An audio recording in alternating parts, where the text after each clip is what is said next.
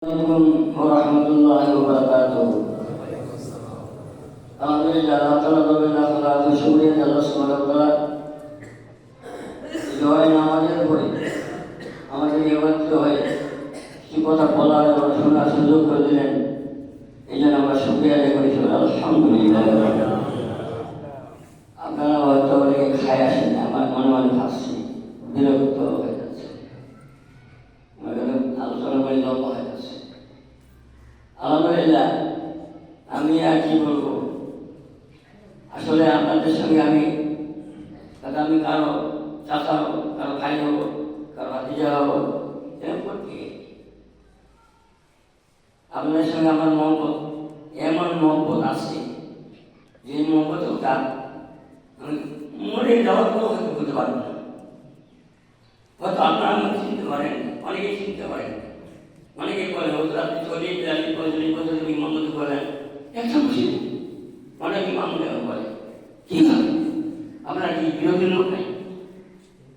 আপনার নিশ্চয় একটা গুণ আছে, সেই গুণটাকে আমি প্রতিবাদ করি না। কেউ কথা বললেন না, প্রতিবাদ করি না। সে বলছে এটা আমার পরে কি আছে, প্রতিবাদ করা মানবাধিকে ফেতনা সৃষ্টি করে। তবে আমি উচিত কথা বলি, কেউ মানব না মানে এ হল। এখন আমি একটা কথা বলি, আমি যখন প্রথম ইমান তখন আমাদের মসজিদারি বলছি, তো ধান কাজ শুরু করে নিতে হবে। বেলা বেলা 3টায় লোক নাই, সভাপতি সেন মন্ত্রী ভাই আমার বংশটা দিত, এরকম পরিবারের ভিতরে রাবুল ভাই ওই করে তার সঙ্গে দিত। 1987 অবস্থা লজ্জা করে আমাকে দিত, কোন সময় আমি নিতাম ধান দিত কয়মন বা এটা 3 গ্রামে কাজ করতে হবে। এখন আল্লাহ কি মেহরবানি, হইতে তখন পরিবেশ ছিল। আমি আজকে বললাম যে আমি আমার সাহেব কাজ করাই, আমার কিন্তু কি আমার ভয়তে থাকে না, ভয়তে না থাকলে আমরা কি বেনিফিট চলবে না, অর্থাৎ আমি মানুষ আমাকে কি কাজ করে নেবেন, ওই খুব কেমন দেখো, এটা আমার জন্য ঠিক হবে। তখন কি আল্লাহ মেহরবানি কোন সিদ্ধান্ত হবে না, আর কাজ করতে হবে না, আমরা মাসিক যা প্রথম 5,000 পয়সা টাকা দিয়ে আলহামদুলিল্লাহ। এখন এই ইমামতি আমার মানবাদী আমি বাদ দিচ্ছি, আমি কিনা আপনার সন্তুষ্ট না, যেমন করেন না ইমামের পথে কষ্ট না, এই দেখেন কত বিপদ চলে গেল আমার, কয়েকটা কষ্ট হইলাম, আমি মনে করিনি আমি নামাজ পড়াইতে পারবো।